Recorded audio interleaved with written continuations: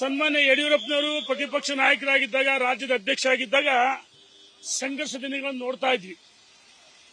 ರಾಜ್ಯದಲ್ಲಿ ಒಬ್ಬರೇ ಶಾಸಕರಾಗಿದ್ದಲು ಸಹ ಕಾಂಗ್ರೆಸ್ ವಿರುದ್ಧ ಜನತಾ ಪರಿವಾರ ಸರ್ಕಾರದ ಹೋರಾಟ ಮಾಡಿ ಭಾರತೀಯ ಜನತಾ ಪಾರ್ಟಿಯನ್ನು ಕಟ್ಟಿ ಬೆಳೆಸಿದ ಪಿತಾಮಹ ಅಧಿಕಾರಕ್ಕೆ ತಂದದ್ದನ್ನು ನಾವೆಲ್ಲ ನೋಡಿದ್ವಿ. ರಾಜ್ಯದ ಜನ ನಮ್ಮ ಕೇಂದ್ರ ನಾಯಕರು ಸಹ ಯಡಿಯೂರಪ್ಪನವರ ಹೋರಾಟದ ಬಗ್ಗೆ ಅತ್ಯಂತ ಗೌರವ ಇತ್ತು. ಯಡಿಯೂರಪ್ಪನವರು ಪ್ರತಿಪಕ್ಷ ನಾಯಕರಾಗಿ ಯಾವ ಸಮುದಾಯದ ಪರವಾಗಿ ಹೋರಾಟ ಮಾಡಿದ್ರು, ಮುಖ್ಯಮಂತ್ರಿ ಆದ್ಮೇಲೆ ಧ್ವನಿಯಾಗಿ ಆ ಉತ್ತಮವಾದ ಆಡಳಿತವನ್ನು ಕೊಟ್ಟರು. ಬಹುಶಃ ಆ ದಿನಗಳನ್ನ ಕಳೆದ 2 ದಿವಸಗಳಿಂದ ವಿಜಯೇಂದ್ರ ಅವರ ನೇತೃತ್ವದಲ್ಲಿ ಹೋರಾಟವನ್ನು ನಾವು ನೋಡಿದೀವಿ. ಅತ್ಯಂತ ಯಶಸ್ವಿಯಾಗಿದೆ. ಜನ ವಿರೋಧಿ ಸರ್ಕಾರ, ಮಹಿಳಾ ವಿರೋಧಿ ಸರ್ಕಾರ, ಹಿಂದೂ ವಿರೋಧಿ ಸರ್ಕಾರ, ರೈತ ವಿರೋಧಿ ಸರ್ಕಾರ, ಈ ಸರ್ಕಾರ ಟೇಕಪ್ ಆಗಿಲ್ಲ, ಐಸಿ ವಾರ್ನಾಗಿದೆ. ಈ ಸರ್ಕಾರಕ್ಕೆ ಚಾಟಿ ಬೀಸ್ತಕ್ಕಂಥ ಕೆಲಸವನ್ನು ಮಾಡಿದೆ. ಬಹುಶಃ ಏನು ಹೋರಾಟ ನಿನ್ನೆಯಿಂದ ಪ್ರಾರಂಭ ಆಗಿದೆ. ನಾವೆಲ್ಲ ಸಂಕಲ್ಪ ಮಾಡಿದೀವಿ. ರಾಜ್ಯದಲ್ಲಿ ಜನಕ್ರೋಶ ಯಾತ್ರೆ 7ನೇ ತಾರೀಕಿಂದ ಪ್ರಾರಂಭ ಆಗುತ್ತೆ. ಈಗಾಗಲೇ ಜನ ಸರ್ಕಾರ ವಿರುದ್ಧ ತಿರುಗಿ ಬೀಳ್ತಾರೆ. ಬಹುಶಃ ಸರ್ಕಾರ ಬಹಳಷ್ಟು ಉಳಿಯಲ್ಲ ಅಂತ ನನಗನ್ಸುತ್ತೆ. ಕುರ್ಚಿಗೋಸ್ಕರ ಕಚ್ಚಾಡ್ತಾ ಇದ್ದಾರೆ.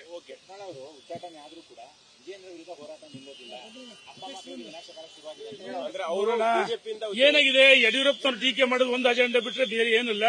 ಹಾಗಾಗಿ ಪ್ರಚಾರಕ್ಕೋಸ್ಕರ ಈ ರೀತಿ ಮಾತಾಡ್ತಾ ಇದ್ದಾರೆ. ಅವರು ಈಗಾಗಲೇ ಕೇಂದ್ರ ನಾಯಕರು ಉಚ್ಚಾಟನೆ ಮಾಡಿದ್ರೆ ಅವ್ರ ಉಚ್ಚಾಟನೆಯಿಂದ ಸರ್ಕಾರಕ್ಕೆ ಬಿಜೆಪಿ ಯಾವುದೇ ನಷ್ಟ ಇಲ್ಲ.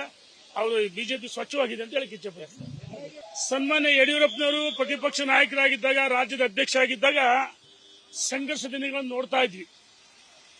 ರಾಜ್ಯದಲ್ಲಿ ಒಬ್ಬರೇ ಶಾಸಕರಾಗಿದ್ದಲು ಸಹ ಕಾಂಗ್ರೆಸ್ ವಿರುದ್ಧ ಜನತಾ ಪರಿವಾರ ಸರ್ಕಾರದ ಹೋರಾಟ ಮಾಡಿ ಭಾರತೀಯ ಜನತಾ ಪಾರ್ಟಿಯನ್ನು ಕಟ್ಟಿ ಬೆಳೆಸಿದ ಪಿತಾಮಹ ಅಧಿಕಾರಕ್ಕೆ ತಂದದ್ದನ್ನು ನಾವೆಲ್ಲ ನೋಡಿದ್ವಿ. ರಾಜ್ಯದ ಜನ ನಮ್ಮ ಕೇಂದ್ರ ನಾಯಕರು ಸಹ ಯಡಿಯೂರಪ್ಪನವರ ಹೋರಾಟದ ಬಗ್ಗೆ ಅತ್ಯಂತ ಗೌರವ ಇತ್ತು.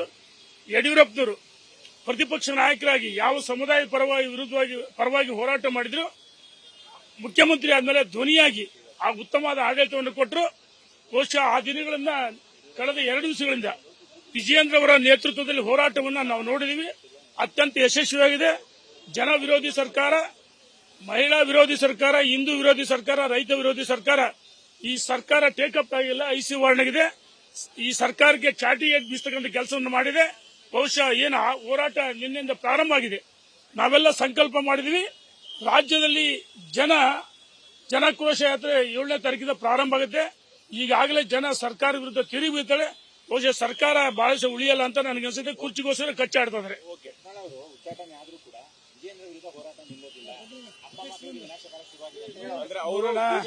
ಏನಾಗಿದೆ, ಯಡಿಯೂರಪ್ಪನವರು ಟೀಕೆ ಮಾಡೋದು ಒಂದು ಅಜೆಂಡಾ ಬಿಟ್ಟರೆ ಬೇರೆ ಏನಿಲ್ಲ. ಹಾಗಾಗಿ ಪ್ರಚಾರಕ್ಕೋಸ್ಕರ ಈ ರೀತಿ ಮಾತಾಡ್ತಾ ಇದ್ದಾರೆ.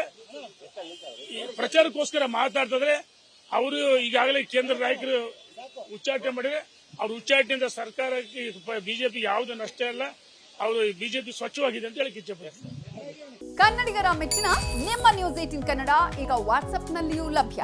ಕರ್ನಾಟಕ ಮತ್ತು ದೇಶ ವಿದೇಶದ 360 ಡಿಗ್ರಿ ಸುದ್ದಿ ವಿವರವನ್ನ ನೀವು ನಿಮ್ಮ ಕೈ ಬೆರಳುಗಳಲ್ಲಿಯೇ ಪಡೆಯೋದಿಕ್ಕೆ ಈ QR ಕೋಡ್ ಅನ್ನು ಸ್ಕ್ಯಾನ್ ಮಾಡಿ. ನಮ್ಮ ಚಾನೆಲ್ ಅನ್ನು ಫಾಲೋ ಮಾಡಿ, ನೋಟಿಫಿಕೇಶನ್ ಆನ್ ಮಾಡಿ.